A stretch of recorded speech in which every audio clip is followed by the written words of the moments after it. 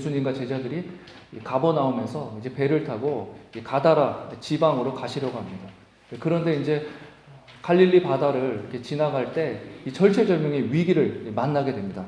그것을 우리는 24절을 통해서 확인할 수가 있는데요. 24절을 보십시오. 바다에 큰 놀이 일어나 배가 물결에 덮이게 되었으되 예수께서는 주무시는지라. 여러분, 바다에 지금 뭐가 일어났다고 합니까? 큰 놀이 일어났다고 기록되어 있어요.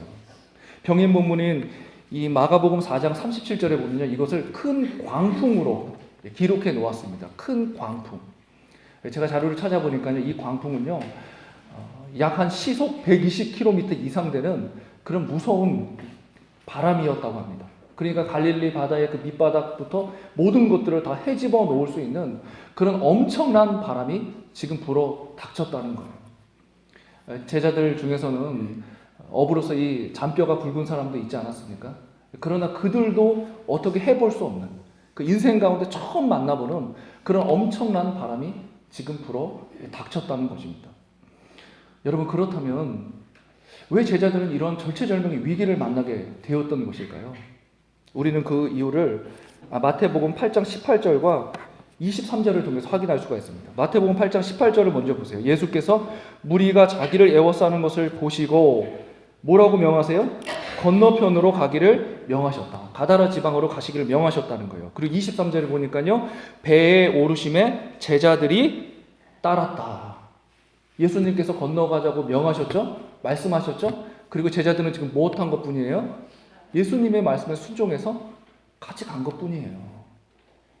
제자들은 예수님의 말씀에 순종해서 주의 길을 걸어간 것 뿐이었는데, 그런데 승풍이 분 것이 아니라 지금 엄청난 광풍이 불어닥쳐서 이렇게 절체절명의 위기 가운데 빠질 수밖에 없었다는 것입니다. 여러분의 인생은 어떠세요? 예수님 믿고 나서 언제나 형통하셨습니까? 좋은 일만 가득하십니까? 그런 것 같진 않아요. 그런데 여러분, 우리가 인생 가운데 이런 고난을 당할 때 하나님은 그냥 고난을 주시는 분이 아니세요. 반드시 어떤 분명한 목적을 가지고 우리에게 고난을 주시는 분이시라는 겁니다. 그래서 로마서 8장 28절 이렇게 기록되어 있지 않습니까? 우리가 알거니 하나님을 사랑하는 자 곧 그의 뜻대로 부르심을 입은 자들에게는 모든 것이 합력하여 선을 이룬다. 모든 것이라 그랬어요. 그렇죠? 좋은 것만이 아니라 우리 눈으로 봤을 때 안 좋아 보이는 것, 고난도, 고통도, 슬픔도 이런 것들도 뭐예요? 합력하여 선을 이룬대요. 그러니까 하나님의 분명하신 어떤 목적 가운데서 우리에게 그것을 주신다는 것입니다. 그렇다면 오늘 이 제자들은 왜 이런 엄청난 위기를, 이 고난을 당하게 되었던 것일까요? 우리는 그 이유를 26절과 27절을 통해서 확인할 수 있지 않습니까? 먼저 27절 중간쯤을 보십시오. 믿음이 작은 자들아. 그리고 27절 또 중간쯤을 보세요. 이가 어떠한 사람이기에 그랬죠. 그러니까 이것을 통해서 우리가 알 수 있는 것은 뭐냐? 왜 주님께서는 이 제자들에게 고난을 주셨냐? 그것이 무엇일까요? 제자들은 지금 믿음이 작다는 것이죠. 그래서 이러한 일들을 통해서 뭐예요? 주님이, 예수님이 누구인지를 분명하게 알게 하기 위해서 이런 것들을 예수님께서 그들에게 주셨다는 것입니다. 쉽게 말씀드리면 뭐냐?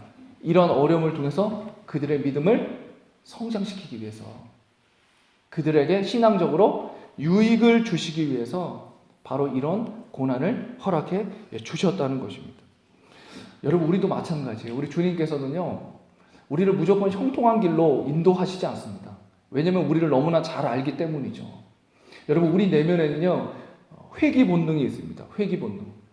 하나님의 길이 아니라 세상의 길로 자꾸 돌아가려고 하는 회귀 본능이 우리에게 있어요. 왜 그렇습니까? 우리는 타락한 존재이기 때문입니다. 여전히 우리는 구원받았지만 죄인이기 때문이에요. 그래서 기독교인의 정체성이 무엇입니까? 구원받은 죄인이잖아요. 그렇죠? 한쪽 측면으로는 우리는 분명히 의롭다고 칭함을 받았습니다. 그런데 한쪽 측면에는 여전히 우리는 죄를 지으며 살아가고 있어요. 그런데 문제가 뭔지 아십니까? 가만히 있으면, 신앙생활 하지 않고 가만히 있으면요, 우린 저절로 자동적으로 하나님의 길이 아니라 어디로요? 세상의 길로 걸어갈 수밖에 없다는 거예요. 세상의 길로. 그래서 주님께서는 이것을 너무나 잘 알고 계시기 때문에 우리를 늘 형통한 길로만 인도하시지 않습니다. 그러면 우리는 갈 수밖에 없거든요. 그래서 때로는 뭐예요?